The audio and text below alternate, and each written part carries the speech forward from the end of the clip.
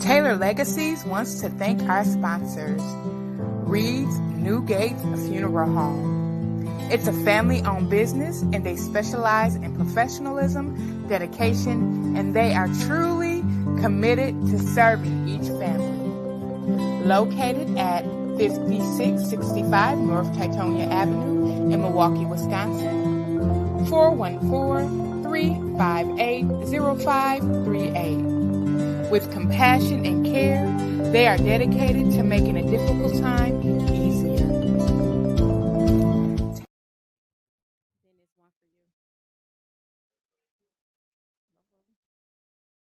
Hey, good evening, everybody. Hopefully, you are great and you can hear us and we're clear. Welcome to Money Mondays with Building Economic Wealth, sponsored by Taylor Legacies. We have to give a shout out to our sponsors as well, too, the Golden Gates Funeral Home and Jeff. I always say his name, even though y'all know he's PWR Media, but everybody knows him as Jeff Kennedy. And we always thank him for holding it down. And also for our people that are listening via live stream, thank you for getting in. For some reason, we're in this technology phase. If you guys cannot hear us, maybe reboot or refresh your stream or your page. Make sure you share out because we're going to be talking about some great information. We always talk about breaking generational curses. We have individuals on a local and national level who have done just that, but they're giving back to their community at no cost. And so we want to take heed of that information. They do offer services after this program. So if you need to connect with them, they'll put their information in the comments. If you have any questions or comments, put it in the comment line and I'll be able to see it as well. I'll be able to ask one of the individuals. I'm going to go to my left and let this gentleman introduce himself. Hi, everyone. I am Rich Hickles of Rich Hickles Real Estate, licensed broker in the state of Wisconsin. And I am here to help you guys with any questions you may have about real estate. If you're trying to get started, get licensed, or purchase a property, or if you inherited a property that you just have to get rid of. Thank you, Rich. Let's go to those that are live screen. Let's start with Keisha.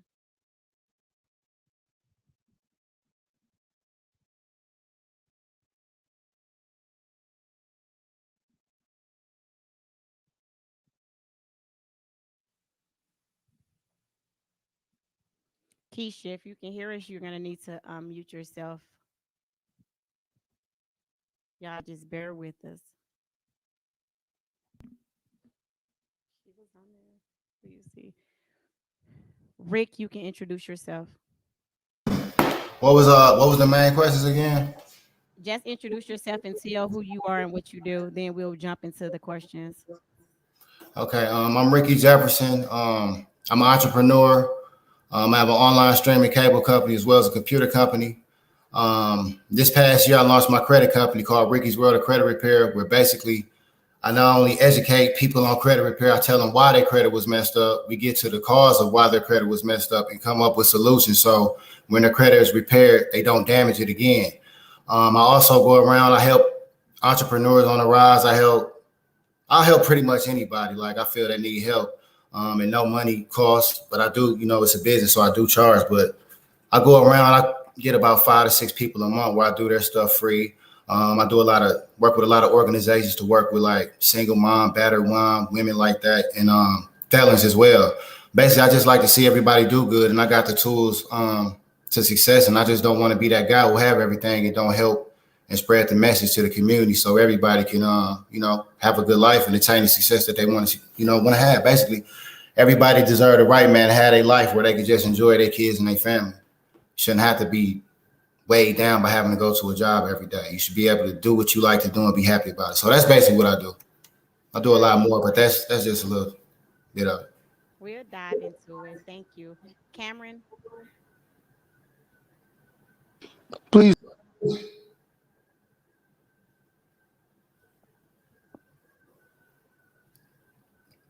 can you hear me?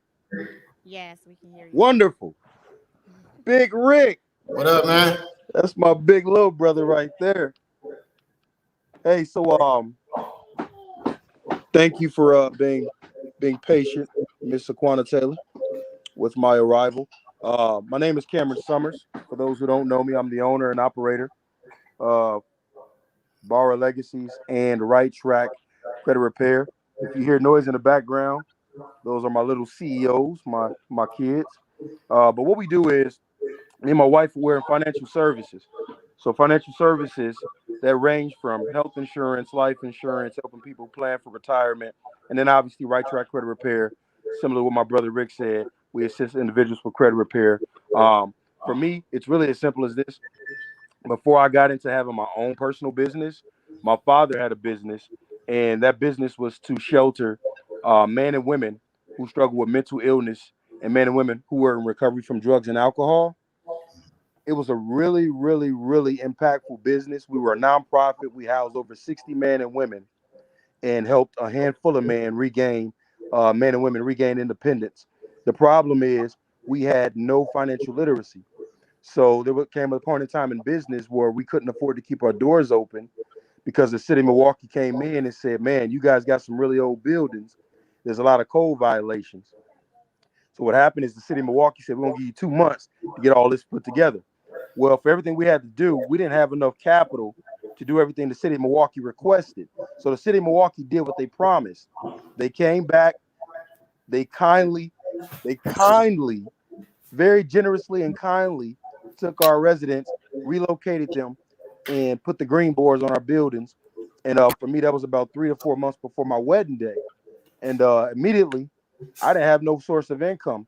And my wife, she kept encouraging me to pursue my license to become a financial service agent to help people out with their finances. And little did I know, obviously, I knew I needed help with my finances because me and my father's business failed due to our lack of financial literacy. Little did I know I would have any future in assisting other individuals with their finances. Obviously, because I'm a black melanated king, it's only right that I have a heart to help those that look like me. But obviously, those I help aren't limited to those that look like me because all of you that look like me, you understand that when you want to help our own, sometimes they come with a lot of headache and heartache. Nonetheless, nonetheless, the key is this. When it comes to building wealth, there's a difference between wealthy and rich. Okay, Shaquille O'Neal said that he met an individual who said that he said, Shaq, you're rich. I'm wealthy. Shaq said, what's the difference? He said, well, because you're rich, you're going to be able to have fun during your lifetime. Because I'm wealthy, my kids are going to be able to benefit from this. And then their kids are going to be able to benefit from this. So what I leave you with is there's 6 cornerstones of wealth, right? That's business, that's real estate, that's precious metals, that's stocks, that's insurance. Um, I want to say the other one is foreign currency. Those are the 6 things that appreciate in value, and you can transfer them generation to generation. So when it comes to my brother Rick helping out with the credit, when it comes to what Taylor Legacies is doing in the community, when it comes to the others on the panels, understand that all we have are products that have the potential to change your lives. But there's a bigger picture, and the bigger picture is how you use them products can change your life. More importantly, it can change the lives of your children and your grandchildren. And if you don't do it, nobody plans to come and save your family. So that's who I am. Thank you for that. And that's a great comment to say. There's a difference between being rich and wealthy because when you think about it, and you was young, often you was told to get an education, go to college so that you can be rich, right? And oftentimes you see people that are rich but they're not wealthy. And I often say, I want to make money now that my grandchildren can live off of. Not that I don't want to instill in them how to work, but I also want them to have that comfort level, something that I didn't have. I wasn't brought up in a household where we talked about stocks and investment and this is how you save. Basically, I grew up in a house where we did live check to check because that's just how things were. But as I became older and an adult, I became to look around and see different things that people had, and I wanted to know, like, how did they acquire that? So we know if you're a basketball player, a football player, good, you have extra zeros at the end of your check. But if you were considered an everyday average Joe, you are living paycheck to paycheck, and sometimes you can save up, but that's always not a lot. So I often tell people, if the roof on my house caves in, I'll be upset about it, but I want to have enough resources that I can get it fixed without worrying about where would me and my babies have to leave or where would they have to go. And so, Rick, when I think about it, I just want to dive a little bit more into your story because people may see you now and you have like the bars and the cigar things in Atlanta in Texas, but you came out of an institution with a credit score of 300. Hmm. Yeah. So could you tell us a little bit about that backstory as well, all of y'all? Because a lot of times we look at people and we see you doing great, and people may say, "Yeah, now you got over a 700 credit score, you got a couple properties, you got businesses, but I'm a person that's living paycheck to paycheck, and I don't have enough to invest in anything, let alone just getting food on the table." So let them kind of know your background and the things that you had to do to acquire that now. Basically, I'm what the system calls a career criminal. I'm a 7-time felon, 5 drug cases. Sold drugs from the time I was like 14 up until I was 21. I kept going back and forth to jail, not understanding why this kept happening to me. And I knew I was smart, and I knew how to make money. I just couldn't understand what was going wrong. So I kept going through all that. I did 8.5 altogether, but the last time I did a whole year, in solitary confinement. So during that time, I really had to find out who I was, like what I wanted out of life. Like, was I a drug dealer? Was I a gangbang? Like, what am I? Who am I? And once I found out who I was, that I was just me, when I got out of prison, man, I had to work minimum wage jobs. Like, I worked at Jimmy John's making $7.50 an hour. I would catch the bus from the one off like 108th and Blue Mound all the way to ABM janitorial services. Like, we was doing like a Webster High School back then. So I did that. Then I left that, got into college doing business management. I got to the point with the internship. I got to my last year or whatever, and ended up, transferring, going to another one. And when it was time for the internship, after 3 days, they fired me. They rescinded their offer. They said because of my background, my felons. So right then I understood that no matter what I do, I won't be looked at like basically as a human. They don't see me. They won't see me. I'm just going to be a worker. That's all I can max out at. So I transitioned from that to a construction worker. I did that for 6 years. And I got all my certifications, trainings, was always there doing the work of like 2 people some days. There was people in positions of power that didn't know half of the stuff I knew or didn't work as hard as I knew. So right then I knew that this wasn't for me. But during the meantime, I began like selling fire sticks. I got real good at, computer technology and things like that. So when I seen the market with everybody was selling fire sticks at the time, I said, what can I do to make me stand out? What could make me different? So I invested in the server. Once I invested in my computer server, where I'm able to stream off of, I had the content where like the main cable stations have the same thing, TV guys and all that. So I leveraged that into a business. And it got to the point where I was making more money, missing more money at work from 6 a.m. till lunch hour than I was making like almost for the whole week. And that's when I knew like I had something good. So I walked away from a $33 an hour job in the union, construction union, because I believed in myself. And during the time I had a 2000 new Cadillac. It got messed up because I just didn't like where my life was at. I'm working hard. I'm doing construction every day. Just can't get ahead, paycheck to paycheck. I go try to get cars and stuff. They want high interest rates. They want me to pay high car notes for cars I knew wasn't nothing. So, during this time, it's actually funny that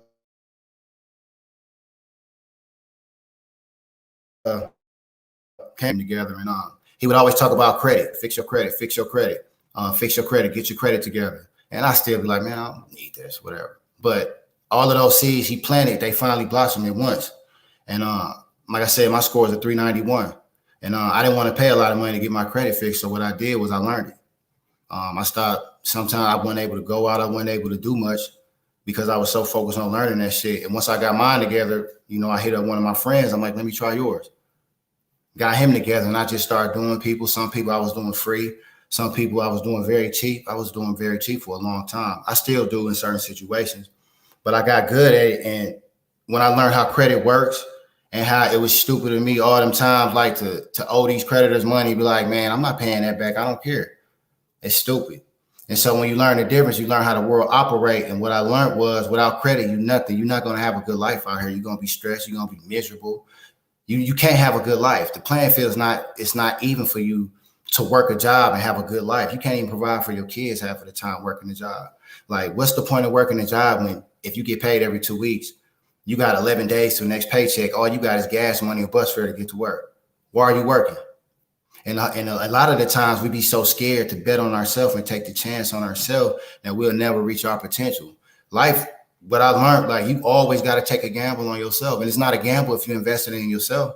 It's no different from if you want to buy all these shoes, or you want to make a luxury purchase, or you want to buy something you don't need. You're not getting no return. And most of the time you're not getting a return for the things you buy. At least with this, with yourself, you'll get a return.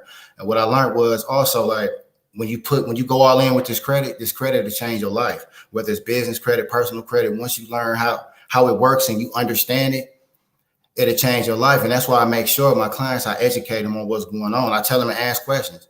Like when they pay me, they got full access to me. Some of them use it, some of them don't, and I try to get the message out to them so they really understand how important it is. And then, so that's why now it's to the point where I'm able to do a lot of women credit repair free. Like I link with some of these prenatal networks that do the prenatal care and all that, because I figure when these young women is having these kids like that, they're going to need to know about finances. They need good credit, give them a chance to like be a mom, like, and actually be an example for their kids and get their kids a good start in life. So I've been doing that lately, but basically all around, I was able to turn the knowledge that I acquired from that and the help of my family members around me that want to be helped. Now, let me say this before I forget. It's going to be a lot of people you feel that you have to help, or you entitled to help, or if you don't help, they're going to look at you different, or you're going to feel bad. Don't. That's the best thing I can do. If you don't take anything away today, take this away. Take care of yourself first. It's all right to want everybody to do good and put the weight on your shoulders, but sometimes you got to make sure you good first. And then you take care of everybody else, because if you crash and burn, who's there to pick you up? Everybody gone. So you just got to take care of yourself first. But like I said, I just try to drive that message home, because I don't care what situation you got in life, where you at in life, you fix your credit, man, that opens up a whole new door of opportunities for you. Whether you want to be a business owner, whether you want to get in real estate, whatever you want to do, good credit is like required for all of that. And another thing I want to say, like what I've noticed since I've been doing credit repair, it's too many adults in our community that don't have bank accounts, that are using these prepaid accounts like NetSpends and Cash Apps and all that. Like the first thing, like in fixing your credit, get a bank account. Like, those are things that's needed. You're going to need those things.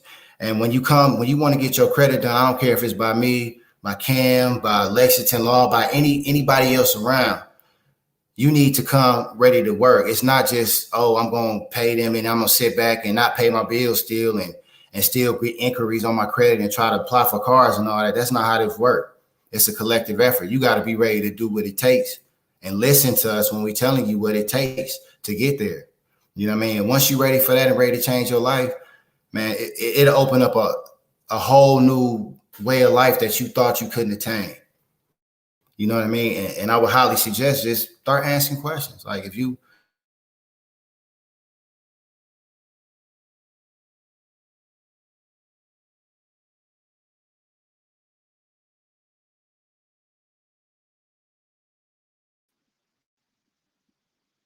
it doesn't hurt to ask.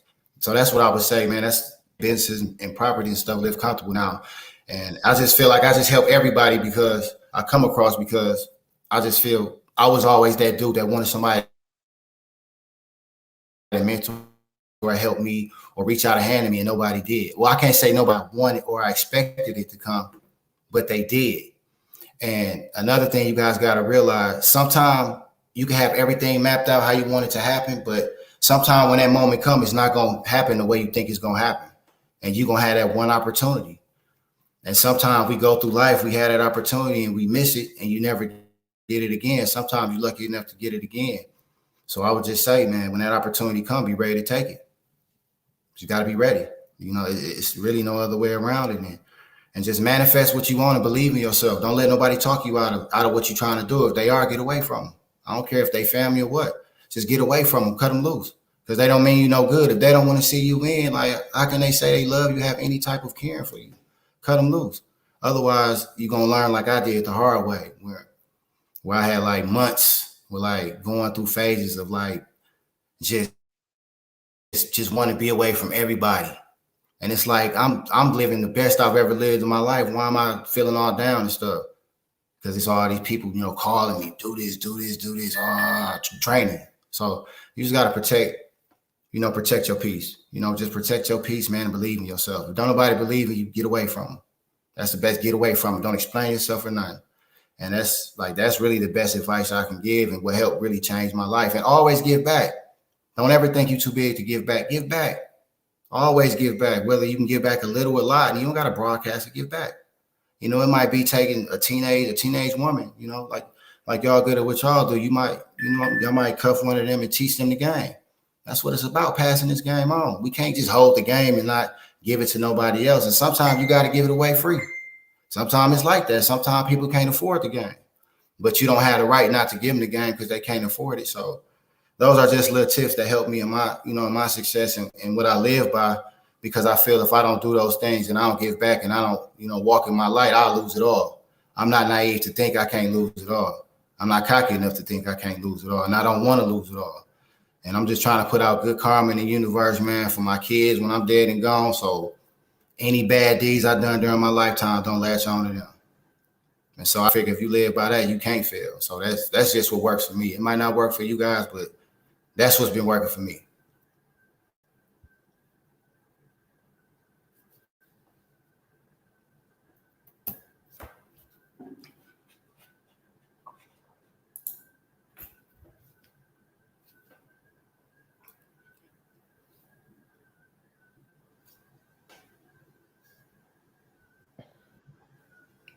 I can hear you now.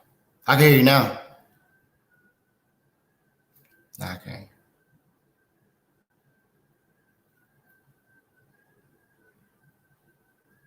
Me. I can hear you now. Yeah, a little bit. You can hear me?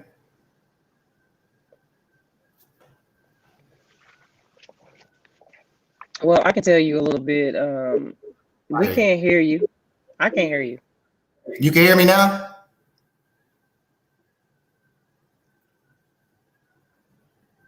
Now try to talk so I can see if I can hear you.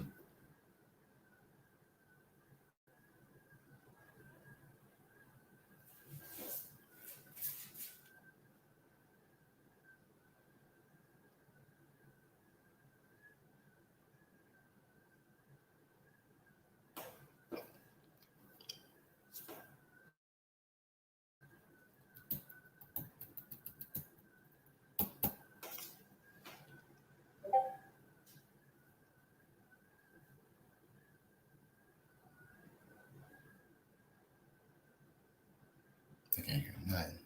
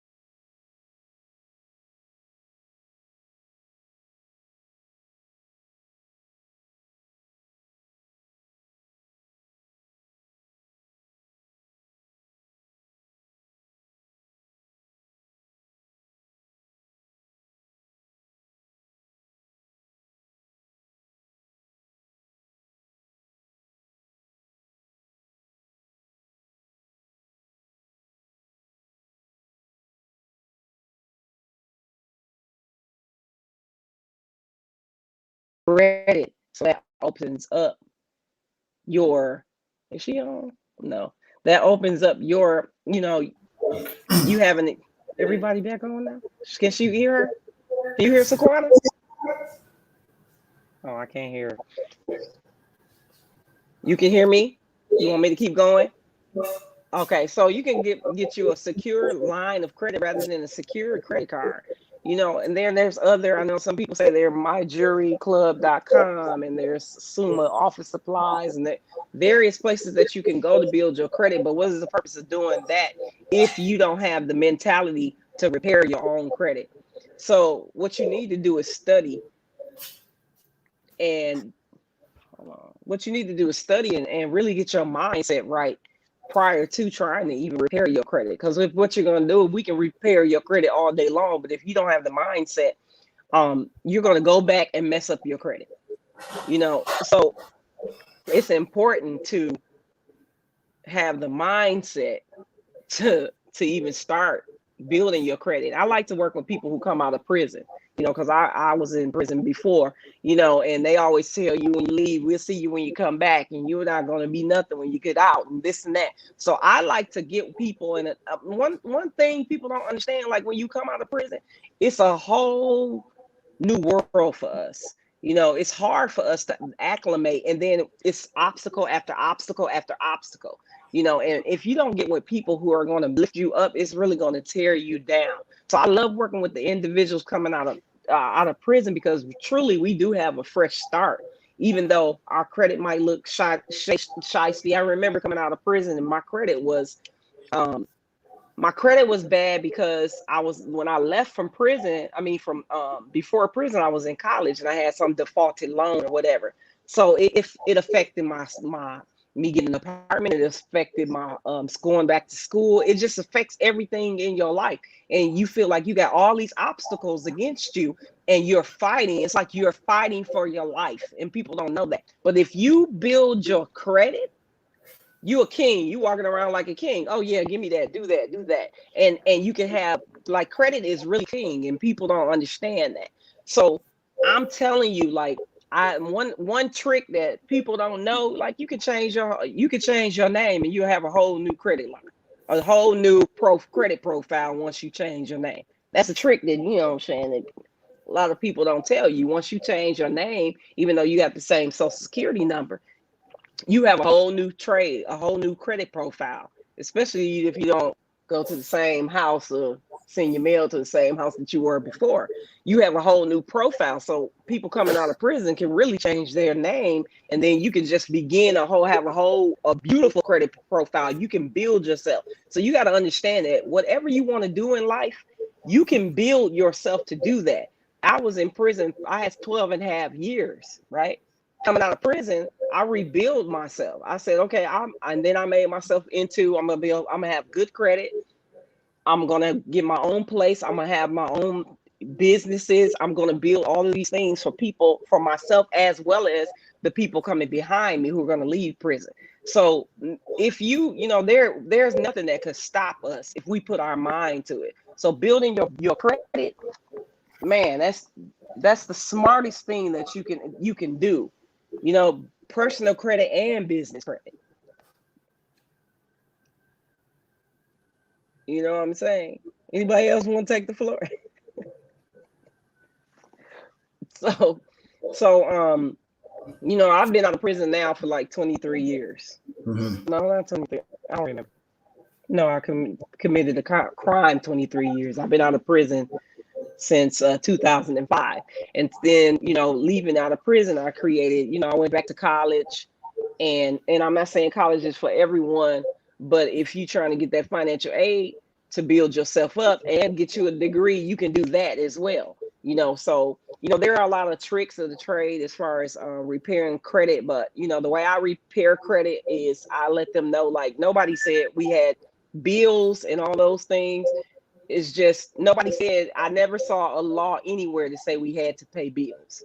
I've never seen anything, no statutes, no anything to say you have to pay a bill. We have to get the knowledge of, like, there are so many US codes USC codes, like it's 15 USC 1681 A and B and C, you know, all those things. If you get the knowledge on how to do that, when you rebuild your credit, you can say, hey, according to 15 16 92, 15 16 90 81 B, I A G 2A, I don't. It says I don't have to pay that. Any inaccuracies on your credit report, you can tell them, hey, TransUnion, Equifax, and Experian don't line up and say the same thing.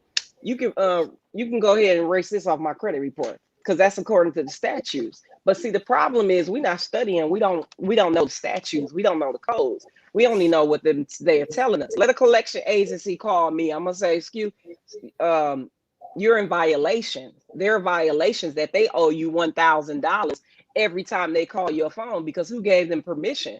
Or that's basically identity theft when they have your identity and they know all your information. But we don't know this. But if we study and show ourselves approved, we'll understand this and we will have the 800 credit score. But a lot of times we don't know. We just, a collection agency tells you, hey, you owe us $500. And you be like, oh, okay, can I make a payment? Or you say, oh, can I do this and do that? Yeah, I owe this. Or we hide or hang up the telephone. No, pick up the phone and say, hey, how you doing? And they'll say, hey, Keisha, this is blah, blah, blah. First of all, that's in violation for you even ringing my phone. You were in violation for ringing my phone, for one. For two, calling like you know me. And three, for telling me that I have a debt. That's $3,000 that you owe me. So what I'm going to do is send you an invoice, and I expect it to be paid within the 30 days. So that just like they do us, we have to do them. You know, just like they come and run that game to us, we run it right back to them. Because first of all, me and Ricky, I say, Ricky, $500 you owe me. We're going to do this transaction. We're going to go in business together. Ricky say, okay, Keisha, cool. Now, if I don't pay Ricky, and then he says, okay, well, I'm going to send it to, what's his name, Cameron. I'm going to send it to him, and you owe me. No, I had no business, no contract with Cameron. I had a contract because Cameron is a collection agency. I had a contract between me and Ricky. Now, if Ricky sent it to him, to Cameron, then I don't even know him.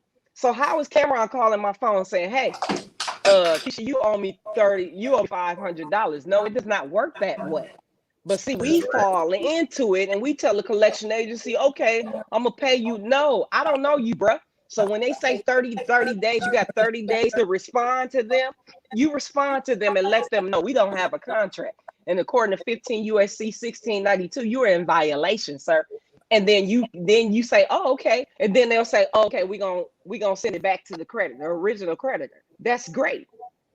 You understand me? That's fine. You can send it back to them because what they're gonna do is send in another collection agency. But we're gonna charge that first collection agency who called me, which was Cameron. We're gonna charge him $3,000 for even calling and ringing our phone.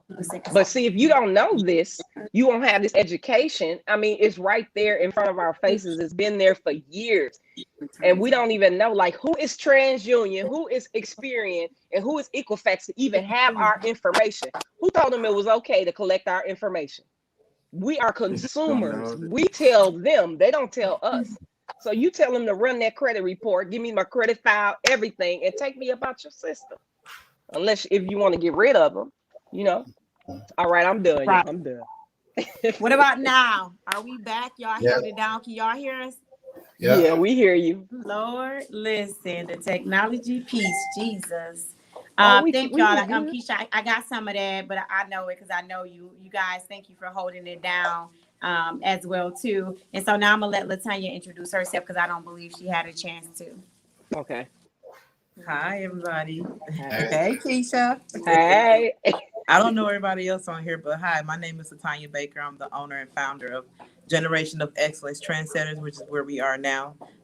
Thank you, Zaquana, for having me a part of this panel. I heard what you all were saying, a bunch of good stuff. I'm always delighted to be a part of discussions like this. I heard a lot about credit. I heard a lot about just building yourself up. And the thing about it is, I don't know if you all know about prenatal care agencies, but basically the way that the agencies are set up, we're supposed to provide resources for our clients. But one of the reasons why I added trendsetter to the end of our name is because we have been setting trends. Other than just providing resources to our clients, we have provided a huge impact to our clients. We're very transparent.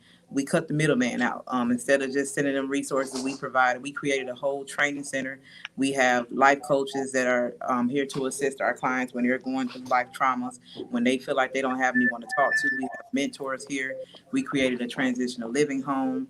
We just created a bunch of services under one umbrella so that we are in the loop of what's going on with our clients instead of sending them out to someone else and possibly them not getting the help. So the prenatal care has just gone into so many different avenues, and I'm just really grateful for what we're doing.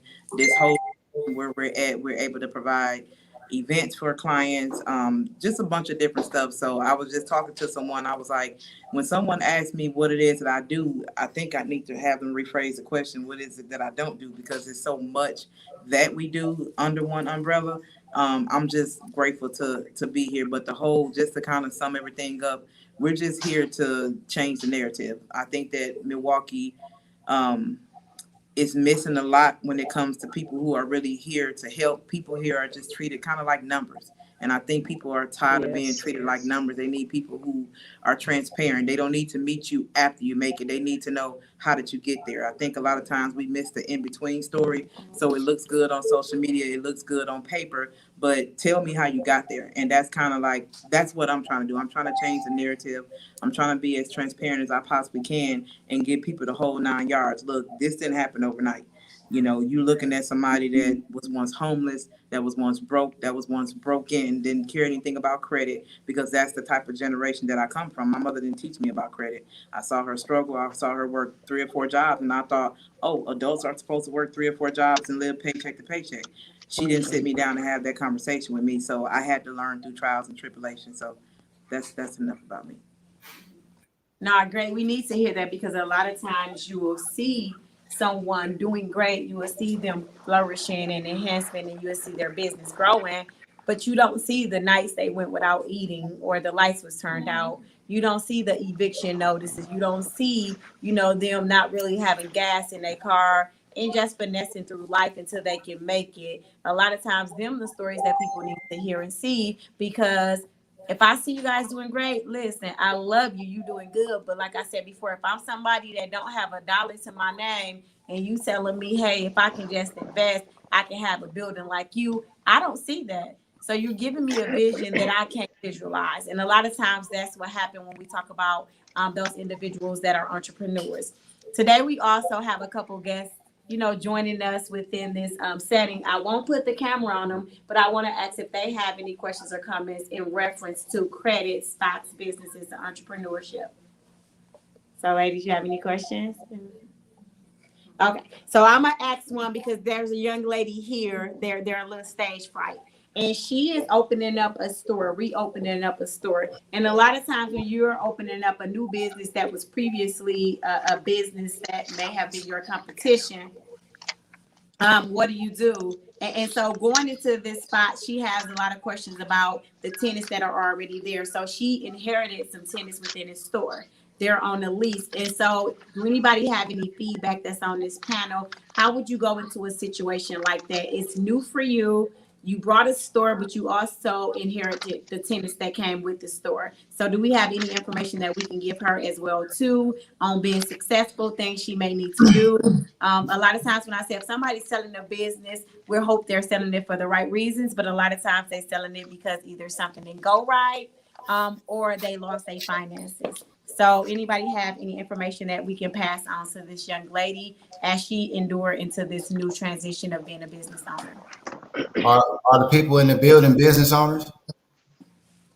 The people in the people in her building are business owners. They own a store. When they're leasing the store from her, she owns the building. Okay, well, are they in the location that she's trying to be in? Like, does she want the section they have? Yes. Oh, well, if it's like that, the first thing you got to do is open a line of communication. That's first and foremost. You don't know what can happen unless you communicate. So I would just, like, even if you take them out, even if y'all have dinner together or something, make it comfortable and talk to them. You don't know what you're gonna do until you talk. You got to talk first. That's the first step. I can tell you all type of solutions, but we don't even know if we got to go that far because it might be easy to just talk and then I'll tell them let's switch locations or something or work something out. If it's big enough where you both can be in there, it might be beneficial for you to do it like that at first, and then tell them after a couple months, when of y'all find a bigger space or something, you might elevate so fast that you gonna get a way bigger spot than that, and you still own that building. You got a whole nother building where your store is actually at, and where you can actually be comfortable at, and you still making money off of that. But I wouldn't never go into the situation like with any tension or anything. I would just talk, just communicate. That's one of the biggest things in business. You got to communicate. Don't assume. Don't make assumptions. Talk, because when you assume, you'll lose a lot. You lose a lot that way. Just talk. It might not even need to go that far. That's my best advice I can give is just go talk. That's what I would do. Go talk. Thank you. And I know LaTanya has something that's No, I was going to say too, start with a communication, because sometimes the very things that we fear, if we just have that conversation, we find out, oh my God, it wasn't even that hard. And then you may end up just getting a bigger blessing out of it. Ultimately, the people that's a part of the situation may become a part of your whole network. Rich, did you have something to say? Because I was interviewing the young lady before everything got started. There is a complex situation. You guys were right on the head with start with communication. My advice to her was to reach out to an attorney to review her contracts. Me personally, when I sell real estate to people, I explain real estate in and out. I will sit down and go through your contract line for line, word for word.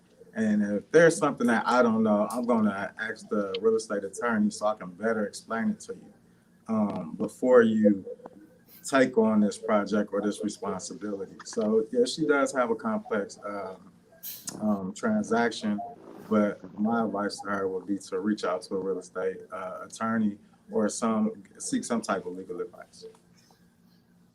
Thank you for that. And a lot of times a person may have a question or a comment in, like you said, communication is key. You don't know what you're getting into, or you don't know the outcomes if you haven't had that conversation with someone as well too. And so Cameron, I recall you talking about how you had this building. You were a couple months away from getting married.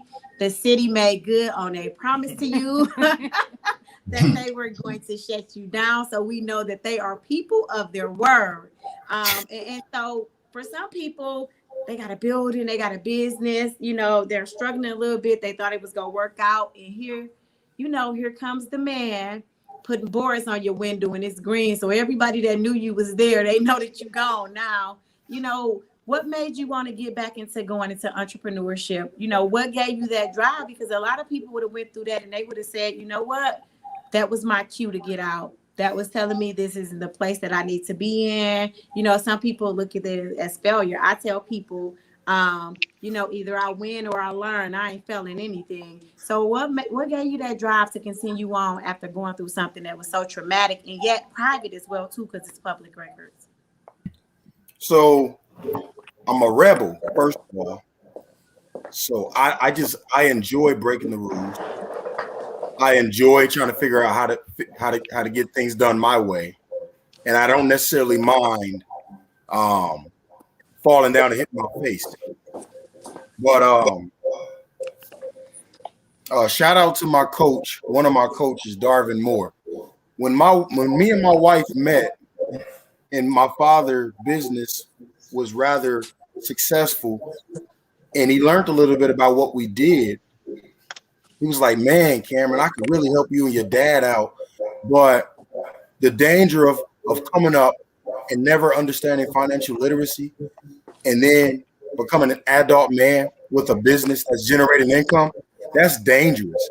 To have a financially thriving business, yet be financially ignorant.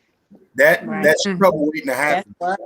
That's trouble waiting to happen. And that's what happened to us. And so once it shut down, I think what helped me was I'm a rebel.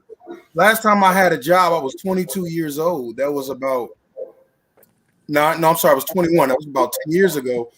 And I was a horrible employee. Like, I suck working for people. Like if I work for you, you're gonna At want least to you fire me. being honest. Some people Okay, don't I they don't want to be suck. honest. Like I felt so bad. I didn't even want to quit. I wanted to fire myself. I felt bad for the people I worked for. I'm a very horrible employee, and but on the flip side, there's been days I had to fire myself as an entrepreneur because I sucked at working for myself as well. Because how you do anything is how you do everything, and so there was some discipline I lacked early on, and I paid the consequences of it. But because I started eating from the entrepreneur spoon, I didn't know how to go back. Like it literally was like a foreign language. The idea of going to work a job, I would have until I got fired, but I didn't know how to come to that conclusion myself. And I think what helped is having a fiance at the time who had enough belief in me to believe that, man, I believe you could get inside this game and help out a lot of people. And she was already 5 years in the game. He was a full-time entrepreneur herself as a life insurance agent. So for her, she had enough belief in me because it had been working for her. And so that's what helped me a lot. Other than that, who knows? I probably would have went back to corporate America if it wasn't for my wife and the belief that she had in me to give something else a try. Because when you're in school and they ask what you want to be when you grow up, nobody says, "Oh, I want to be a credit repair agent." Or, "Oh, I want to be an insurance agent." People don't say stuff like that. So when you become of age, before you're introduced to the opportunity, your mind doesn't even know how to visit what that opportunity consists of. So when my wife presented it to me, I said, "Man, ain't about to go around talking to people about death and trying to sell insurance. Right. That's crazy." But I don't even talk about death. You still sell insurance. I still do. Absolutely. Yeah, you know what, and I work with them. They're one of my insurance agents as well too. So and you know this is about entrepreneurship, but let's just put that out there as well too. A lot of people don't think they need insurance. Yeah. You know, and no one wants to think about death until you're dealing with it. You know, and there's no money. And Shaquana, GoFundMe helps, but that is not an insurance carrier. and if I could respectfully say this, a job is not for everybody, but entrepreneurship is not for everybody either. That's true. You don't need to go to work. Right. So what did the people in here say? Some of these people need to go to work, but that's not Yes. topic. Yes. Lanice. Because listen, That's Lanice. listen, my brother used to always say, "Cam, we don't need more than one chief. We need more Indians." And here's the reality. If you have all chiefs and no Indians, we still got a problem. Right. Everybody want to run the show. And this is a bad joke, and Lord, I almost don't even want to say it because people take my stuff and run with it. This don't have nothing to do with my elected position. I let everybody know this is my own business show right here. They were saying, y'all talking about in restaurants, y'all don't have anybody working. That's because y'all told everybody to go get a business and it ain't working out and now ain't nobody there to serve you. You know, and it's bad. But I thought about that too when you said everybody is not meant to be an entrepreneur. And because I push that on people too. Some people do want to work. There are some people that successfully want to work their 9 to 5 and was able to do a 401k and they're living great now. That is for some people and it's not for all. Because my 17-year-old will tell you she is not working for nobody the rest of her life. She determined that when she was 15, that is the way to go for her. You know, but then other kids, they see that. You know, like my oldest daughter is looking for work now. You know, so I got one that knows to be an entrepreneur and one that say, no, I want to work. I got to make sure my checks are coming in every 2 weeks or every week. And so to those individuals out there, we're talking about entrepreneurship and it is a great thing. I do believe it helps you get out of poverty. That is me. You know what I'm saying? I don't have a license in this because I know some people say, Can I say something? But I see it. But there are some people that is not going to work for you. And instead of having you try to go and invest and do something that may cause harm to yourself or your children because it's not working out, it is not for the faint of heart. It's days, and I work. I do community stuff. It's days where even doing entrepreneur work that I'm like, maybe this ain't fit for me, you know, and then something greater happen or I'll see something else and I'll push past it. And so that's why I want to go back to Rich and Latanya because LaTanya, you talked about being homeless. You talked about being evicted. And then people come here and they'll see 2,000 feet and you just acquired another building and they'll think like, no, she's lying. let's be honest, a lot of times when you tell people about the good things happening to you, but you tell them what you went through, they was like, that ain't what happened to them. Ain't no way they inquired all of this if they was just living inside of their car. And so that's what I said. We don't talk about that. And Rich, you talked about before, but if you can tell them how you brought a house with nothing in it and you had kids, y'all slept on airbed. Oh yeah. Right. So Tanya and Rich, just inspire some people. My story went like I had a Lexus and I sold it, and I went to MATC, and I used to change my clothes in MATC bathroom. Yes. Right. I went up in there, pants, sag, and stuff like that. Going to MATC bathroom, changed, so I had class. I didn't have a place to stay, so as soon as the doors opened at MATC, 7 o'clock in the morning, I was there. They're closed at like 10 o'clock, 10:30 or something like that. That's when I was leaving. I was there all day, every day. And I also, what else did I used to do at MATC? Oh, live there, obviously. Yeah, I lived there. Y'all listening now, he needs to be giving y'all a donation. But the library, I used to be in the library, and I read Credit Repair for Dummies.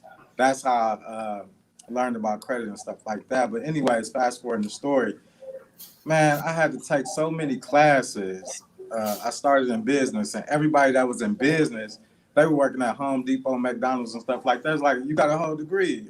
You didn't do nothing with it. So at MATC, you can take 2 electives. I took real estate, and the man just broke it down to me like this. Like, after every class, you can get a license for something.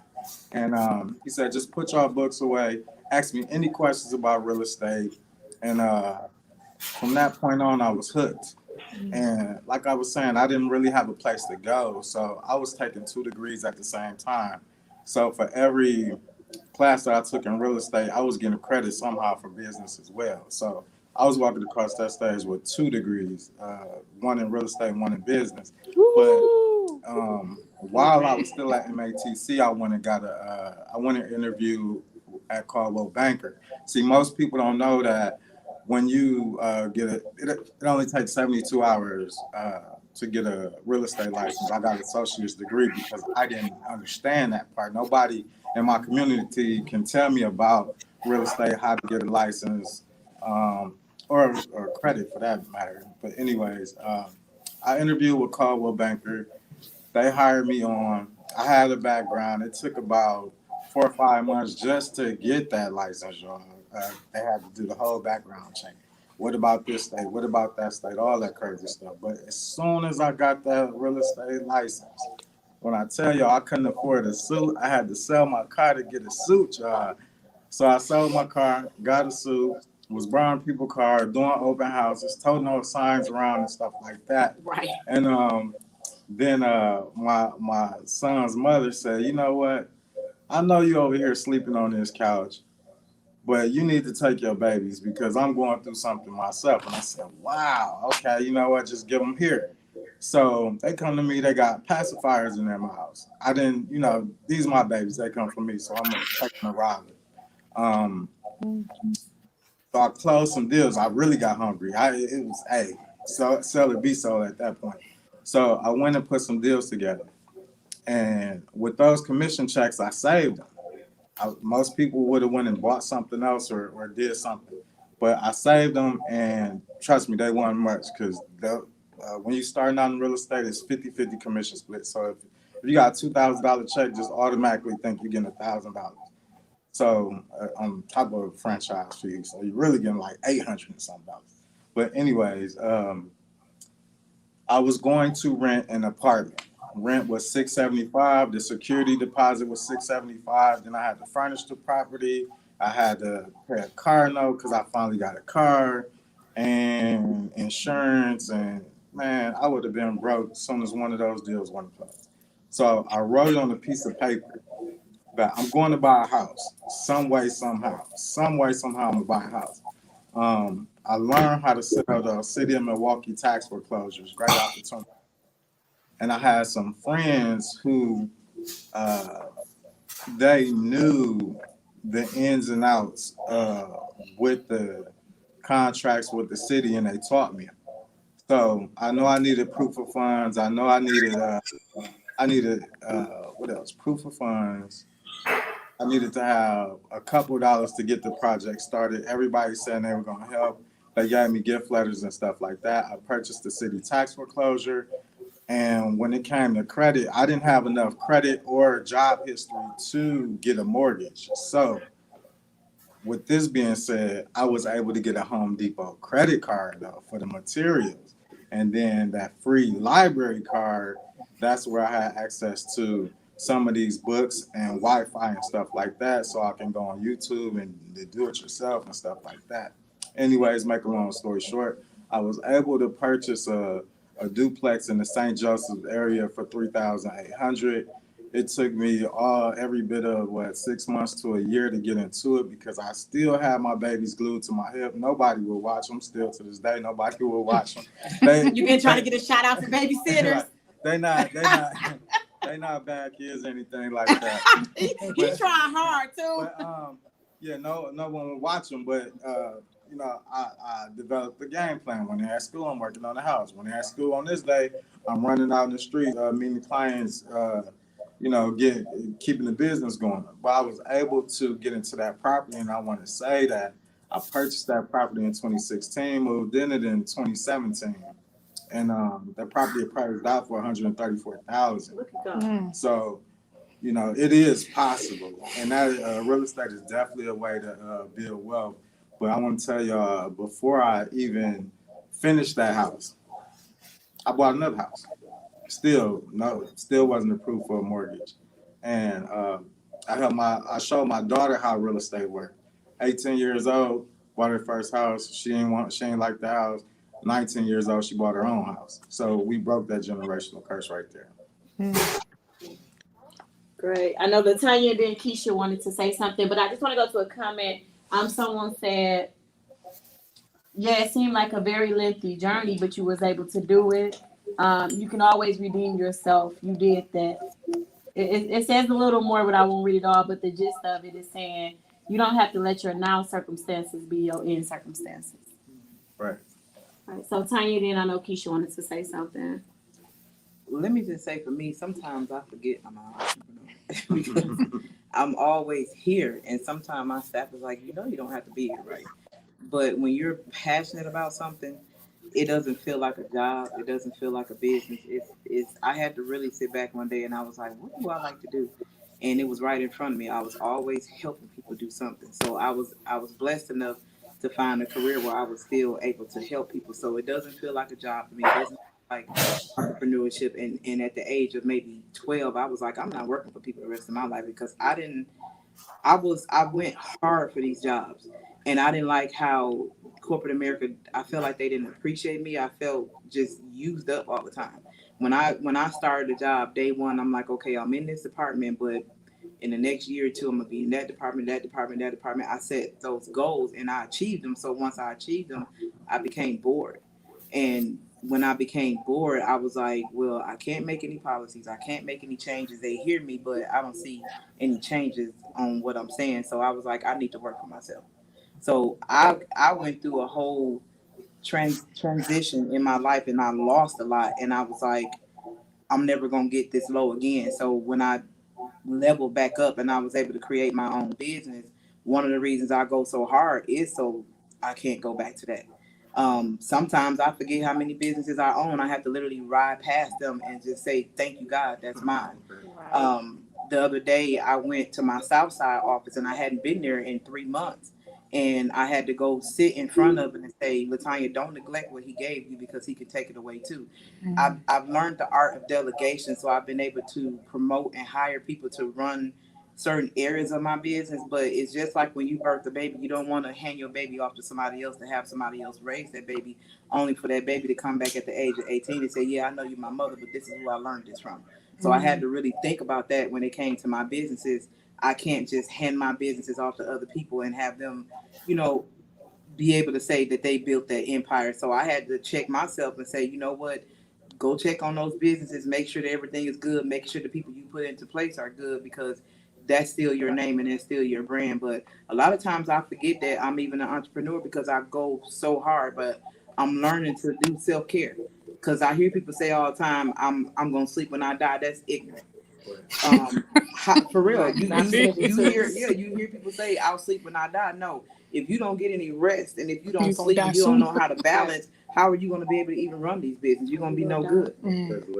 So Right. that's some personal notes I had to take myself, and those are things that I had to really learn myself and say, if you don't practice self-care, you're not even going to be able to enjoy the empires that you're building. That's So good. that's what I had to learn. Wow. And so when we think about it, because it's not easy, you know, for some people, maybe it comes easy. But what is a business? And we often talk about, hey, yeah, you can just get your EIN number, but it's more than just the EIN number or LLC. A lot of times people talk about nonprofits, but they don't even understand the difference of what a nonprofit is and the laws and restrictions on nonprofit. They more than likely need a for-profit, but they heard if they got a nonprofit, they can get some money. And so you need to really be educated in what type of business you need, because there's an S Corp, there's a B Corp, there's an LLC, there's a nonprofit, there's a for-profit. And also you can have a nonprofit and a for-profit under an umbrella. But a lot of times, because we wasn't taught about business, we don't understand that. Keisha, I saw you had your hand up, so I want to make sure I go to you. Do you have something to say about the last comment or question, or you just had something you wanted to share? Well, we were talking about entrepreneurship, and you know, everybody has to understand that, you know, we all have a business. Your name, Keisha Fitzpatrick, is a business. You know, so you can just treat your name, who you are, just open it as a business. Get an EIN number for your business, you know, for your name. When those checks come to you from your job, it looks like that's business income, right? Because you have a business. So you can get a business bank account with your EIN number with your own name, and then have that money making that income go to your bank account, and that's your business money. So when you can go get a loan or business credit or whatnot for your own name rather than just my personal name. We all have a business, we just don't know it. That's one thing I wanted to say. You know, and the other thing that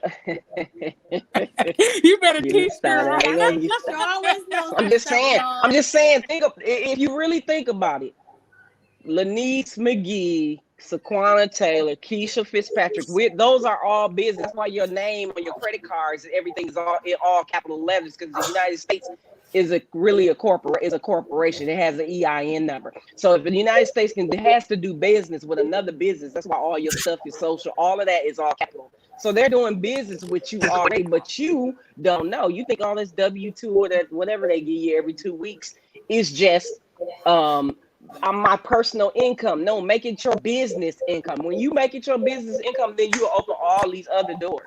Then you can get somebody else to educate you. You know, like, and then as far as nonprofits, you know, I open people's nonprofits all the time. That's a nonprofit is a 501c3, but they're also unincorporated nonprofits. Okay, so you can have a nonprofit and still do business, and what you do is connect your nonprofit to your LLC. And okay, now we ain't gonna go no further because we record. I mean, I'm just saying, if you think about it, if I connect my LLC to my nonprofit, then that make my LLC nonprofit. We don't pay taxes. Okay, so anyway, so I wanted to give out some credit builders: Credit Karma, Rent Reporters, Credit Pros, Credit Sesame. You can go to TCF Bank and get you a credit builder loan. You can go PerPay. You can go to Extra. All these other people. Now, say I gave y'all those tidbits to go ahead and build your credit. Now you can have that one for free. I'm done. Can you say those one more time for the audience that's with us as well too? And Credit Karma. They don't want to be heard, but if y'all have questions, if y'all write them down, then I can grab them. Okay, so Credit Karma is where you can, for people who have rents, you know, they pay rent instead of having a loan on their houses or whatever. You're a renter. You can go to Credit Karma and they'll report your a line of credit. They'll give you a trade line for up to 2 years that you've been paying your rent on time, and that's a trade line. So you pay them a little. No, too. They have to pay the rent to get the rent income counted. Correct. Say what? Yeah, it gotta be in No, their okay, You name. so have to what? pay. You just, Yeah, it I has just to want be to in their give them. name. They may You come got back and say, paid. I think you Keisha, pay like George 100 something. Patrick told me that I can just go get credit off my rent and they ain't paid it in 6 months. I just want them to No, know let me they have to pay it. let me break it down. You Yes. have to, what it's going to do is give you it will report a trade line. You pay them, they report a trade line. It has to be in your name. So Keisha Fitzpatrick has to rent the house. I go to Rental Karma and say, hey, this and that. And they're going to prove it because they're going to reach out to the landlord and make sure that Yes. you're paying your bill on time every month. So if you're paying your bill on time every month, then you should go and get Rental Karma or Rent Reporters. And that's 2 trade lines that you can have to build up your credit. So if you're paying $800 or $1,200 in rent, you're paying on time, you can hire them, pay them, and they will report your trade line to that you pay on time to the credit bureau. So that's Credit Karma and that's Rent Reporters. You can also go to PerPay. You can go to Credit Sesame to build your credit. They'll give you a credit builder loan. So say I want $2,000. They're not going to actually give you $2,000, but you're going to pay every month. And then at the end of that 12-month period or whatever period you choose, they're going to give you that money back. And like I said before, you can also get you a secure line of credit. Your tax time is coming up. Is it coming up? I don't know. Yeah, it is. $500. In So you December. go into the bank and you can say, hey, I want a secure line of credit. Then they're going to give them $500. They're going to run whatever and they're going to open it and they're going to give you that money back. So go to Wells Fargo and do it. They give you the money back. Go to BMO Harris and do it. They give you the money back and go to somebody else. Now you're going to have to pay them every month. Okay. But still, those are several trade lines that you can have on your account and also Credit Pros. So, go check those places out. They have My Credit, My Jury Club, and all those other places. But I don't think My they jury report is anymore no like they should. longer reported to They the credit. bogus. Yep, they stopped it. I Bureaus. guess they found out too many of us was doing it. They stopped my jurors and Yeah, but there's so other ways, and also learn your USC codes. Learn those codes: 15, 1692, 15, 1681. Learn those codes, and then you can go and do your own credit. Absolutely. That's all Or I they wanted can to just say, hire Shaquan. you. Or they can, and to be honest though, we are giving people great tidbits and tips tonight. But all of these individuals, if you wanted to reach out to them, if y'all can put y'all information in the comments, they do this for business. This is stuff that they're just giving you tonight as freebies, but reach out to them. They work with credit repair, and not just credit repair, because these individuals on here tonight are not just trying to take your money. I'm gonna come to you, Cameron. They're not just trying to take your money and say, hey, yeah, we go do all this good stuff for you, but they also lead you in the right way, because a lot of times people can help you get your credit up, but they've still never taught you what to do. So guess what? Now you have over a 600 or 700 credit score, but you went right back to doing what you did before, and now you right back in that phase. So I heard someone earlier when we was having technical difficulties said, hey, I'm here to assist and help you, but you got to put in some work as well too. So if you don't think you can do it, or you need somebody to help jumpstart you, reach out to one of these individuals so that they can help you, but be prepared to do the work too, because there's nothing like advancing your own self and the feeling that you get for that. Cam, what was you about to say? I was about to say, since Keisha going LeBron mode, throw me an alley real quick, Keisha. I'm gonna do Dwayne Wade in his early 30s. Since you want to go LeBron mode, listen. Hey, get your life insurance, y'all. Listen, here's the key. I appreciate your comment, Keisha, because earlier I said a job's not for everybody and entrepreneurship's not for everybody. And so the reason why I appreciate your comment is because not everybody has the discipline. Not everybody has the mentality. Not everybody is willing to reprogram their minds to become thriving entrepreneurs. But to Keisha's point, everybody can have a business because everybody is a business. Your social security number is technically a tax ID number. Come on. So to her point, here's the purpose behind it. Because a lot of times what we do as entrepreneurs is we try to sell wealth or generational wealth. And here's the reality. Not every business is going to become a wealthy business. And that's okay. That's okay. Because guess what? If the best you ever do is $100,000 a year in your working career, you're doing better than more than half the people in this country. Okay, You said 100,000. You better try 10 If- for some people. You know these people is listening. listen. They So, gonna but the come back point to you is, and they go want 100,000. the point is, the purpose of business and financial literacy is it all goes together, right? So, for example, everybody needs life insurance. So here's a great way to buy it. Do what Keisha said. Make your name a business. You don't have to operate the business. You just have the business for the purpose of being able to leverage the business itself. Have your business buy life insurance on you, and then when you go get your taxes done, however much you were paying a month, you were paying if you were paying $100 a month in life insurance, or your business was paying $100 a month in life insurance on you, have your tax person write that off. You better come on. Or if you have a business that's doing a lot in revenue, put as much What as about if you're doing a lot in you hard? possibly can inside of a life insurance policy, and based on those USC codes that Keisha talked about, there is one called the 7702 code. You can put, if your business does, let's say your business does $250,000 a year, and when it's all said and done with, your accountant did all they can do, and you still owe Uncle Sam and Auntie Petty 30 grand, open up a life insurance policy in your business name and put $30,000 in that policy, and now you no longer owe Uncle Sam. That makes sense. If you start a business, you just start writing off things that you never wrote off before. So that apartment you rent, you'll start writing off some of that. You're going to get more money back on your refund. That cell phone you pay for, you're going to write that off. You're going to get more money back on your refund. Your vehicle expenses, you're going to write that off. You're going to get more money back on your refund. So a lot of my tax clients, I'm probably boosting their refund an extra $2,000 to $4,000 just because we technically turned them into a home-based business and they have no desire to even operate a business. But all that matters is that you're technically a home-based business, and now we can legally justify a lot of your expenses being business expenses, and now you can write them off. Hence how the Donald Trumps of the world can pay $750 in taxes because they can justify most of their expenses. Yeah, them loops are for everybody. Come on. Oh, somebody here said those loops are for everybody. Come on. Oh my God.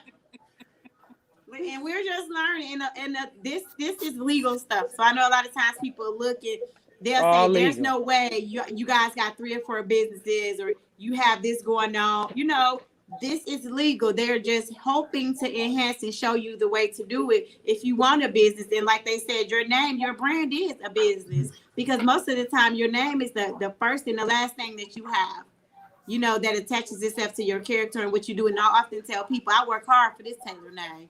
You know what I'm saying? And so it's branded already, and we have to think that about ourselves when we're going forward. And so, Rick, just to go back to you, because, and I wanted to say they probably ain't watching it, but I've yet learned that people on the inside that are incarcerated can actually get on Facebook. Now, that's a whole different topic, and I ain't answering no questions, so don't ask me any comments about that.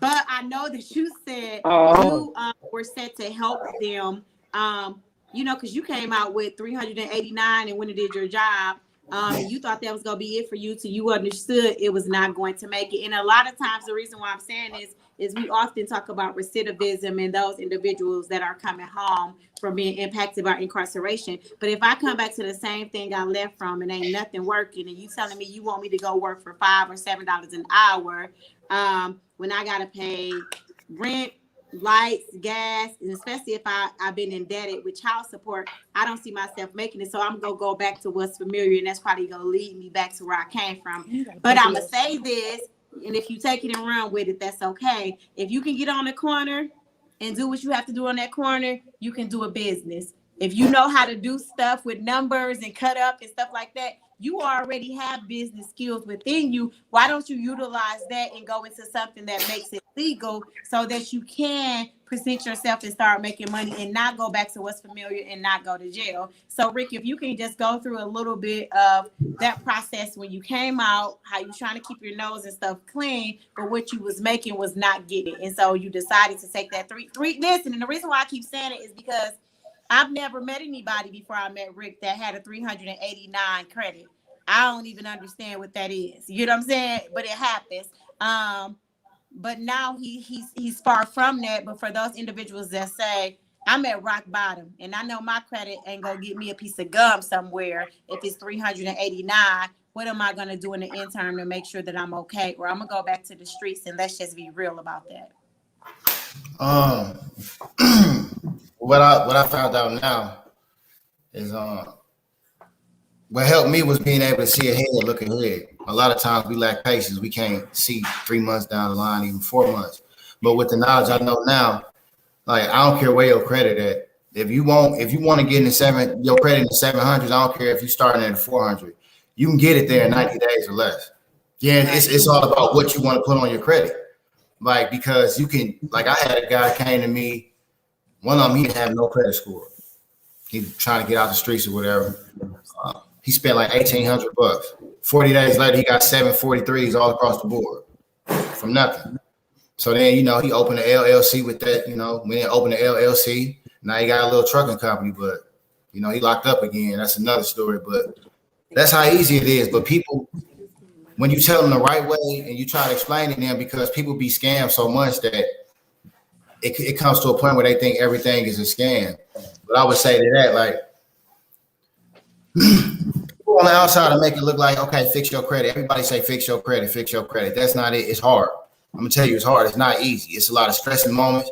It's a lot of, especially if you don't know about it, you're gonna be frustrated, confused. You're gonna be like, why the hell my score dropping? I'm doing everything right. Right. If They you don't gonna know, send you that email, that letter back that said it was verified and they ain't changed. yeah, and then Frustrated with that. Keep on sending them letters. But it's something as simple as this. Like I have clients all the time, like they hit me like my score dropped 70 points, 80 points, and now look, they done charge all their credit cards.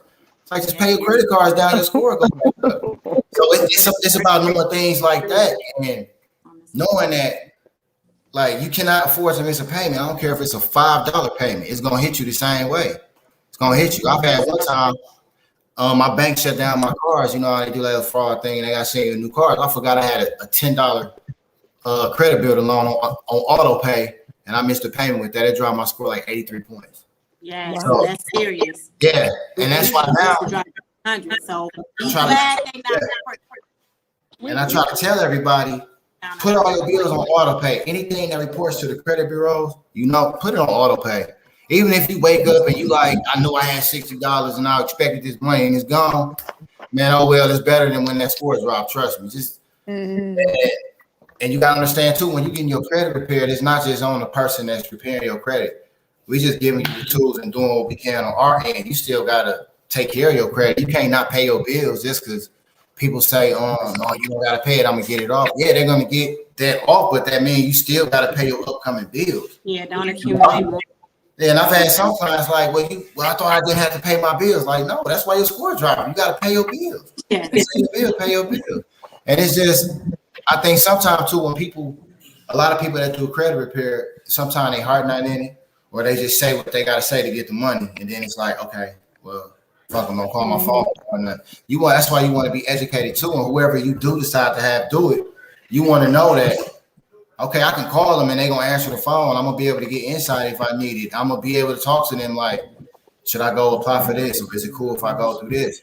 You got to be all in with it and really want to put into yourself, because what a lot of people don't realize, like, because I have people that walk around with like, I got a 780 credit score and they happy about that. They just brag about it, but they still working the job. And I tell everybody, if you got a 750 credit score and you attach it to a business, get you a business bank account, like she said. Like, one thing you should know now, even if you don't got, got to operate in business, get a business account. All your deposits put in the business account. Everything, you don't even want to really personal bank anymore. If you're going to personal bank, you just want to take, like, say you make $1,000 in a day, and you really trying to save your money. Really, you should put up 900 at least, and then you use that 100 to live off of. So that 100, who gonna put up? I'm like, wait a minute, Who gonna put up now? You talking because you got 5? No, Saquon, no. I'm telling you what I did. When I was running all through the city selling fire sticks all day, I would put all that money up. I would count how much I make every day. Even if I made $500. With Rick, because you listen, And y'all, we go back and forth because we like to be real transparent Yeah. about this so that people know. Like, I'm talking to a single mother, or maybe they married, they living in a house with 3 or 4 kids. They don't have that to put up. What can they do? Hey, what can they do? They Yeah. can contact me. I help everybody like that. Like most of the time. No, for real. No, for real. No, because He legit, y'all, or I wouldn't have him on. no, but I say that to say Everybody on this here now. solid. What I realized was this, like, and it's another thing, but this is going into something else. I'm gonna wait to go into that. But when you have a business, if you running it the wrong way, it can be dangerous because you can start making money early. You think like, I'm good, I'm doing my business. No, you got to market your stuff. You need web presence. You need Google presence, Bing presence. You need ClickFunnels. You need email campaigns. Once you learn all of that and you can sit back and just see money coming in, now I can help people for free. It's not hurting me. I get my money on the national level from websites and stuff. So it's nothing for me to say like, okay, the next 20 single women that hit me up, I'm gonna do y'all credit for free. I'm gonna educate you along the way because I'm free. Because I know whatever questions I get from my website, I'll wake up at 4 in the morning, get on the computer, fulfill all them invoices, then I got my day. Because I'm not doing no new work from the day before until I wake up that following morning. So now I might be sitting here seeing something on the news or tragedy or something like when that eviction stuff, like I put out there and I was serious. And it's messed up because a lot of women didn't jump on that. A lot of them didn't jump on it, and it's like they crazy, but a couple hundred people did. And I was like, any woman that could prove she was evicted, by and getting evicted from this stuff Biden did, man, I'm gonna do their credit for free, and I'm gonna help them. He did, and I did, and I did, and it wasn't like, oh wait, I'm gonna do it. I was just knocking them out because, like I said, I realized, man, when you blessed enough to get out, a West messed up way of living, and people actually able to see that and know, like people in Milwaukee know I ain't got no damn Hollywood life or no damn fairy tale life. They know me. They seen me in and out of jail and stuff like that, doing stupid stuff. So they know this ain't fabricated. This ain't no, oh, look at me now, you're gonna get rich quick. Hell no, it's not gonna be quick. It's only gonna be quick if you want it to be quick. If you don't manifest it and put in the work every day, it's not gonna be quick. Like a lot of people think they don't gotta learn no more because they finished with school. Like you need to learn every day. You need to learn something. You know what I mean? You gotta do it for yourself. Nobody gonna do it for you. I can tell you what to do all day. If you don't get up and do it, it's just like I just told you all this for nothing. It happens constantly. Like it's free game all around. Everywhere you look, it's free game, especially YouTube. It's full of it. Social media full of it. You just browse right past it to go look at a fight, or you browse past to go look at something that you think is more important than that. And what I would say, people like women, when you got these kids, stop looking at them as liabilities. Turn them into assets. Turn them into assets. They know how to work these tablets and all. They put them on a YouTube page. Yeah. Put them on a YouTube page and monetize it.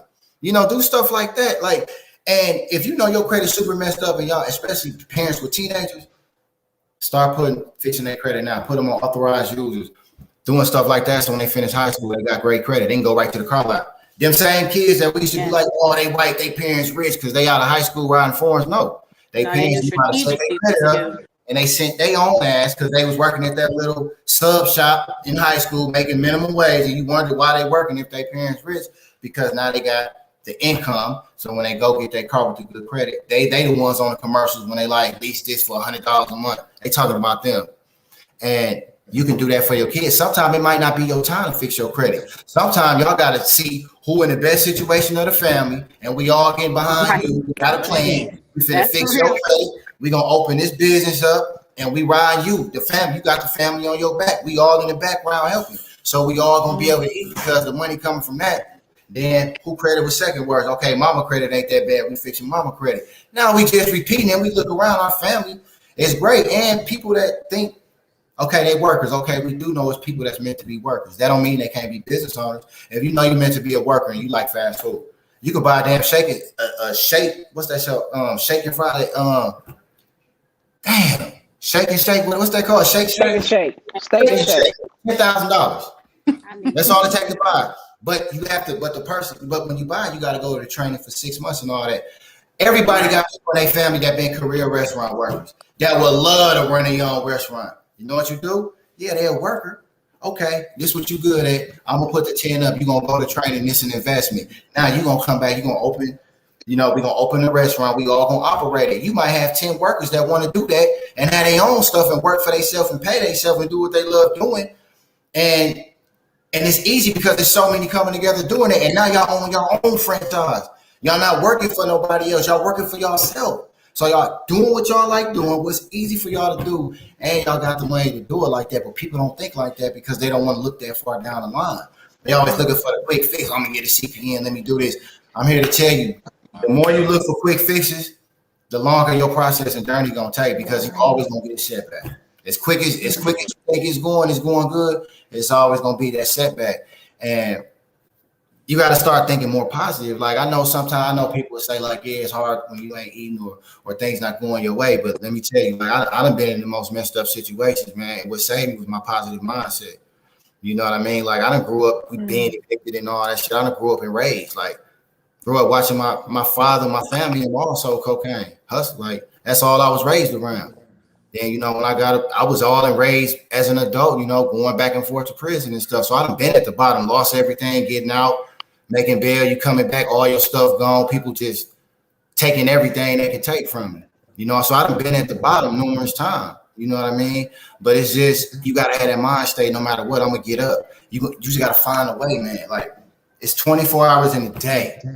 If you on your phone anyway with social media, man, look at YouTube. Look at what you think that you're good at. Figure it out. What comes easy for you to talk about? What do you think you can do it where you like, I'll be happy doing this every day. It's not work for me. And run with that.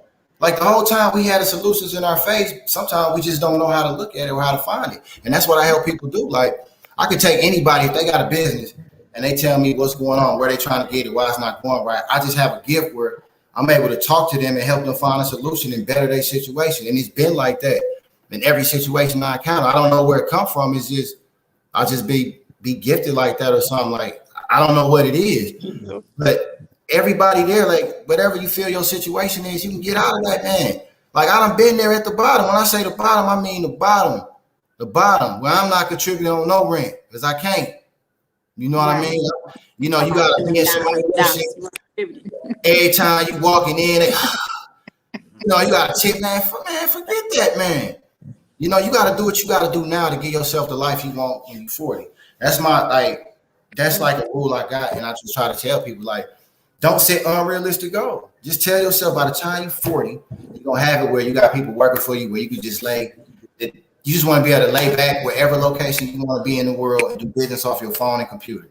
That's what you want to be able to do. You want to be able to have that time with your kids and stuff like that. And you just gotta, the first step, man, is just putting forth the effort. Like it's a lot of people that'll help you. You just don't know where to and where to go and ask. You just gotta open your mouth. Like, and when I say I help people, like I'm not helping in a way where you're gonna trick me like you really can't afford it or you just down and out, and I'm not gonna help you. I'm talking about people who need it, who gonna appreciate it. Because a lot of times you help people and it's so easy for them, they don't appreciate it. They abuse it. It's like, oh, like you was like I was supposed to do that shit. No. And then you get people so grateful that you do it for them, and you really have to tell them like, no, don't give me nothing. And they just feel so indebted to you, and they just so like look at you in a whole different light. That's a whole different feeling, and it's an addictive feeling because you changing the way people think, you changing their lives with like something that's so minute for me, so easy for me, it's so major for other people. And you just gotta have hope, man. Don't ever feel like y'all down, even if y'all just starting business out. It's people that'll help y'all. If y'all can't find nobody to help y'all, just hit me up. Like I'm always here to give information because I just feel in our community, man, there's too many people with the keys and they don't want to give up the information, or they want everybody to have to come to them, so they the only show in town and they can feel like yeah, I'm the big shot, but that's not how I go, because when we all eat, everything is better. The kids is better, the community better, domestic violence down, the kids happy. You know, everybody in a situation where they feel they can succeed, man, and that goes, you know, that ties in with the community as well. So you just got to have that hope. You got to manifest what y'all want. A lot of times you can't get to where you want because you're not manifesting. You just, before you even start, you shooting it down like, no, I can't do that. Or I can't get this. This ain't going to work. And of course it's not going to work. You done told yourself it's not going to work. You've been telling yourself that. Everything I'm doing now, I told people. And I gave them an opportunity to assist me with this. And they all laughed at me. People I thought was my friends. They was like, yeah, right. I didn't ask you for long. That's how they did me. They was like, yeah, right, nigga. I had this one friend. Before I even started my serve, I'm like, bro, you go door to door anyway, making sales. Won't you help me out? Right. Your company, bro. You can have, man, same thing I got. All good, Rick. A year later, doing great. I asked him one more time. I'm like, this is my last time. He Right. laughed at me. Fast forward a couple months later, like, oh man, I see you doing this. You're doing good. Man, Yeah. man, what, man, I want to come down, man. Man, what's up, man? You got a job? Hell no, I got nothing. You don't I got got no job. nothing. Because you were supposed to be a person in my circle. You didn't believe in me. You just here for the ride. You got to get with people that's gonna believe in you. And even when you don't believe in yourself, sometimes when you having them days when you like, this shit ain't working out. This shit ain't working out, man. I got rent, I got this, dude. This money ain't coming in, man. Right. I gotta get this for my kids. You gotta be with people gonna believe in you when you don't even believe in yourself. Believe in yourself. And something you said, Rick, that was really good too, is that a lot of times we want those individuals that's close to us or within our circle to believe in us, support us. They may not necessarily be the people that help expand your business. And it's hurtful at times, but sometimes to be grateful to God that it happened earlier instead of later, because everybody can't always come with you. That don't mean that you got to be mad at each other, or it's some type of chaos or confusion. But a lot of times we're trying to bring people up to where they're not at, and that may not be the lane for them, and we have to be okay. And I know it's getting late, so we go wrap it up. Once again, for those individuals that's virtual, if you can put your information in the comments, so if anybody wants to reach out to you with more questions, if they need your services, and things of that nature, we want to make sure. And like Rick said, he do help people, especially those individuals that have really went through some stuff. So for 7 people, like if you email me, please don't, and I put the email, don't send a message through Facebook. I rarely check Messenger. But for 7 individuals, we're going to help you fix your credit. Send it to taylorlegacies@gmail.com. We need your name, a phone number. Also, if you are really serious about fixing your credit, I don't want individuals to think, oh, this is a free service, so you guys will do all of the work and it's fine. As Rick told you before, he'll do the work for those that want to get ahead, but also you had to have some skin in the game for yourself as well too. So a lot of times people think, hey, somebody go hand me something, and it's not until you work for it that you like it. That's just like getting a teenager a nice car. When they tear it up, that's because they really didn't understand what they had. So we usually get them that's a hoopty, as we used to say back in the day, and then they have to enhance themselves to get a better car, because you have to appreciate where you're going. I know Keisha does the service as well too. I'm trying to see the comments, y'all. Put your information in there. Cameron and his wife do a lot of things. He didn't get to talk about it, but when the pandemic hit and it wasn't nothing to do, he went and started his kids a business. So he's got to the place that he has built his credit up. He had credit, and time on his hands, because we was in the middle of a pandemic, and he started a business for his babies. So we talk about breaking generational curses. That's one right there within the making. Latanya, she's an entrepreneur, but she has prenatal care. She helps people in transitional housing, and maybe some people out there that need some help in those services as well too. Make sure that you reach out. Rich, he's the go-to person when you talk about real estate and brokerage. He's not there to just make the money or get a dollar. He's there to make sure you understand the process. A lot of times people get their commission and leave you hanging, or they'll just let you settle for anything. But you need somebody that truly cares about you as a person. Yeah. So if we can leave somebody with either one word or one phrase or sentence, because it's getting kind of late, we can do this popcorn style. You guys, somebody's out there listening. This is their hope tonight. What would you tell them? I would say manifest where you want to be, and time management. That's the most important thing, really, time management. Manage your time on what's important. Spend your time on what's important. It ain't scrolling through Facebook if you're not making no money, or Instagram if you're not making money. Time management, that's the biggest thing. Time management. Manage your time. Manage what you try to teach yourself. Manage what you waste your time on. If you're trying to do business, study everything you can in that business till you get to the level you're trying to get to. You the only thing that's holding you back. If you ain't making the money you don't want to make, it's because of you. Get up, put in the work, study, make it happen. Just have no excuses. Let Rico give us this paragraph. Thank you, Rick, though. He be on it. Next, I want to call on y'all. We can leave him with a word or a sentence for tonight. He's looking for hope, word that you tell them. Be inspired. Just do it. Just do it like Nike. Don't talk about it. Just be about it. Just do it. We hear a lot of people with pipe dreams and hype dreams, but just do it. It don't matter if you fall. It don't matter if you mess up. Just do it. Be inspired like Nike. Just do it. Cam. My advice is leverage energy. Energy is real. Okay. And if you don't understand how real energy is, understand that the life you have right now, you manifest it with your own thought, with your own word. So if you hang around people that say, man, it's hard out here, well, the universe has allowed it to be hard because that's what you gave permission. So leverage energy. Get around people that's talking about something you want. If you're around people that ain't talking about what you want to hear, even if you grew up with them, you need to figure it out, sever some ties, get around people that's talking about something good. If you and your friends like to drink and smoke, get to somebody's house, have your drinks, have your smoke, but then call Keisha, pay Keisha to come over by the crib and spit that knowledge. Okay, my fellas, if you like to get together in Hotbox, fly Ricky in, make sure he good, have him come and spit to you, and just leverage energy. If you like to go out to the clubs, all right, well, you need to make sure that before you and your friends go out to the club, make sure right before y'all go to the club, have y'all little pregame at the crib with y'all drinks, but make sure y'all have an hour powwow about business, go out and have some fun. Come Sunday morning, once you wake up from your hangover, pull that pen and that pad out, put it together. Just leverage energy because energy is everything. So no. Thoughts are things, so write them down. Thoughts are things, so write them down, and you'll be surprised how things come to you after that. And thank you, Saquon. Thank you. Thank you. Tell them about your business. You would have some inboxes.